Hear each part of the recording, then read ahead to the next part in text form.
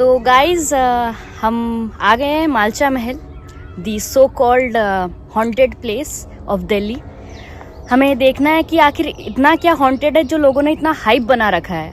Like यार Delhi tourism ने haunted भी कहते हैं और हंटिंग भी कहते हैं, तो अब ये हॉन्टेड है या हंटिंग है ये आज हम पता लगाने आए हैं यहाँ पे।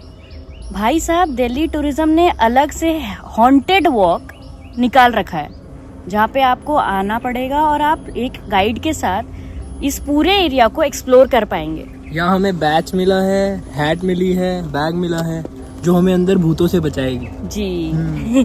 लेट्स सी कितने भूत अंदर है और बेगम विलायत महल दिखती हैं या नहीं। चलिए, निखिल बढ़ चुका है आगे विलायत महल को देखने के लिए। उन्होंने यहाँ सुसाइड किया था काफी साल पहले। काफी रिच थी वो गाइस, बता दें आपको, ऐसा हमारे गाइड ने हमें बताया है। और आप यहाँ पत्थर भी देख सकते हैं कैसे एकदम टेढ़े मेढ़े से हो रखे हैं, यहाँ चलना बहुत मुश्किल है। Yeah, so now a little bit about बेगम विलायत महल। बेगम विलायत महल जो थी वो लखनऊ की थी रहने वाली, और ये मैं बात कर रहा हूँ पार्टीशन टाइम की। I'm taking you back to around 46-47, 1946, 1947. So Begum Vilayat Mahal was married to a gentleman who was a civil servant with the surname Mr. Butt, B-U-T-T, and they married, and partition होने लगा था, so that riots were happening, Hindu-Muslim thing was going on, and धीरे धीरे ऐसा लगने लगा कि the husband wanted to shift to Pakistan, but Vilayat Mahal had her heart firmly planted in Lucknow. She hated going elsewhere because she thought हमारी ज़मीन जायदाद रिश्तेदार सब कुछ हमारी roots यहाँ पर है, so why should we be going? But anyway, the husband forced her to leave, and that trauma stayed with her. So somewhere that trauma affected her brain a lot. And anyway, they ended up in Lahore, and they had lots of personal problems. The husband died after a few years, and the Begum ended up in a mental asylum. And Pagal Khane ki naubat aa gayi, and because she had those fits and mental issues that somewhere she felt mera kuch wahan reh gaya, and she was forced to go there. So in that situation she was in the mental asylum in Lahore for quite a number of years, and from there she was sending regular mails and chittiyan to Indian government. So she was corresponding with Mr. Nehru and also with the chief minister of Kashmir, because her husband was from Kashmir, and urging them, requesting them for a sort of going back to the motherland. And finally, in somewhere in the 60s, Mr. Nehru and the CM of Kashmir at that time, Mr. Farooq Abdullah's father, Sheikh Abdullah, they settled her in Srinagar with the children. And after a few years, for some unforeseen things and something mysterious, her home or her wooden palace was burnt, and she had nowhere to go. So imagine the mental state of a person who was already feeling displaced, forced out of her motherland, then coming back, again losing home. So उस confused state of mind में she landed up one fine day in the 1970s, especially early 70s, 71, 72. एक दिन अचानक वो अपनी पूरी family के साथ न्यू दिल्ली रेलवे स्टेशन के प्लेटफॉर्म नंबर 1 पे आके रहने लगी।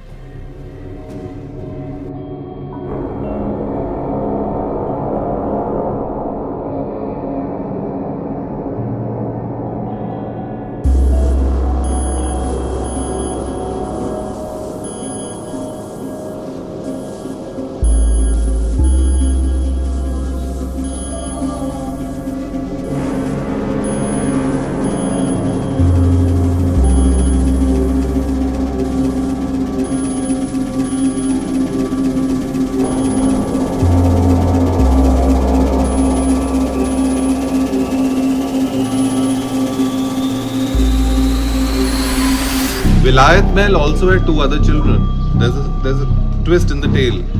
So the 2 who stayed here were Princess Sakina and Prince Ali Zafar, and the other 2, one of them ran away when they came to India from Pakistan.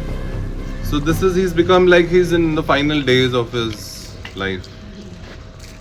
Looks like a disoriented madman now. Yeah?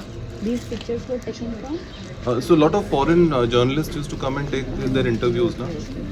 So कुछ help नहीं किया किसी ने उनका? नहीं, उन्हीं interviews के दौरान यहाँ कई पिक्चर्स ली गई हैं that they used to have crockery, cutlery. उनको आप देखोगे आर्टिकल्स तो आप देखोगे. And when the prince died here in 2017, so the news spread around कि लोग यहाँ जो आसपास के जो चोर उचक्के उन्होंने आगे काफ़ी चीज़ें तो गायब भी कर ली, जिससे पहले पुलिस आके जब्त करती, सारी जगह को सील करती. There was a gap, there was a window of time in which lot of things were looted. It's very sad that we lost many things which belong to that era. A lot of books, lot of written material, lot of proofs. God knows where they are. Yeah, a little bit of the structure here. This is the typical Tughlaq era structure from 14th century. आप यहाँ देख सकते हैं ये सारे irregular stones हैं. They are held together by this mixture.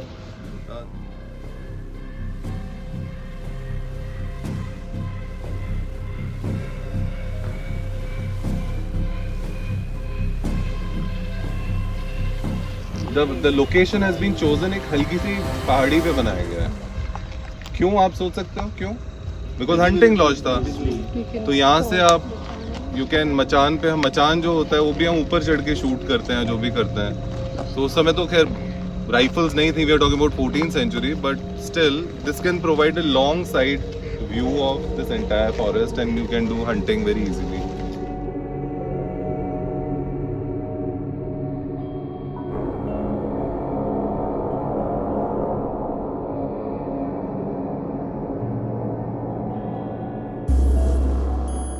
तो sir जैसा कि बहुत सारे लोग हैं जो व्लॉगर्स आते हैं तो वो बताते हैं कि हॉन्टेड प्लेस है, तो आपके हिसाब से क्या है सर? मैं इसको हॉन्टेड नहीं मानता, मैं इसको मिस्टीरियस मानता हूँ. ये एक ऐसी जगह है जहाँ पर कोई भूत प्रेत नहीं है. ये एक ऐसी जगह है जहाँ पे लैक ऑफ इंफॉर्मेशन की कमी की वजह से ये एक क्वेश्चन मार्क है. तो एक क्वेश्चन मार्क और भूतिया जगह होने में बहुत फ़र्क है. तो इसका रिजल्ट क्या है? ये आपके लिए क्या है? ये हॉन्टेड प्लेस है या हंटिंग प्लेस है, क्या है ये? मेरे लिए एक मिस्टीरियस हंटिंग प्लेस है. सो आज हमारे साथ अतुल जी भी है यहाँ पे इस वॉक में, जो टूरिस्ट एंड इंफॉर्मेशन डिपार्टमेंट से है. सो हमें ये बता दीजिए कि हेरिटेज वॉक हमने सुना था काफ़ी टाइम पहले शुरू हुआ दिल्ली टूरिज्म की तरफ से, बट नाउ हम देख रहे हैं कि कैसे हेरिटेज वॉक से हॉन्टेड वॉक, ये सोच कहाँ से आई? ये सोच वहीं से आई कि हमने मार्च में ही 6 हेरिटेज वॉक्स स्टार्ट की, जिसमें है देखो अपना सीपी, दिल्ली का दिल देखो, शाहजहानाबाद और food walk, other things. But after that हम ये भी एक्सप्लोर कर रहे थे जो हिडन जेम्स हैं दिल्ली के, अनएक्सप्लोर्ड प्लेसेस हैं, उनको भी प्रमोट किया जाए और लोगों को दिखाया जाए. क्योंकि दिल्ली तो हर तरह के टूरिस्ट आते हैं, घरेलू पर्यटक प्लस विदेशी पर्यटक आते हैं. तो उसी सीरीज़ को आगे बढ़ाने के लिए हम इस प्लेस तक पहुँचे जो कि डिपार्टमेंट ऑफ आर्कियोलॉजी के अंतर्गत आता है. और ये देखने में ही एक हंटिंग लॉज था. सो ये स्टोरी आई कि hunting are the haunted lodge, क्योंकि यहाँ जो विलायत महल रहती थी उन्होंने खुद सुसाइड किया, उनके बच्चे रहते थे यहाँ विदाउट एनी बेसिक एमिनिटीज़. सो ये एक मिस्टीरियस थिंग था.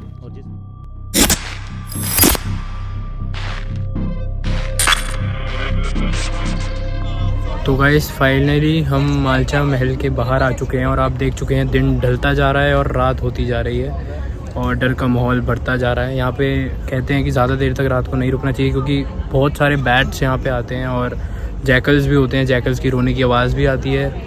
और हमने सुना भी, इनफैक्ट ऊपर जब हम टॉप व्यू पे गए थे तो जैकल्स की आवाज़ आ रही थी और इतनी भयंकर, लाइक पक्का कोई ना कोई बंदा तो डर ही जाए यहाँ पे आके. अब चलिए चलते हैं, आज का व्लॉग हम यहीं ख़त्म करते हैं. Signing off guys, bye bye.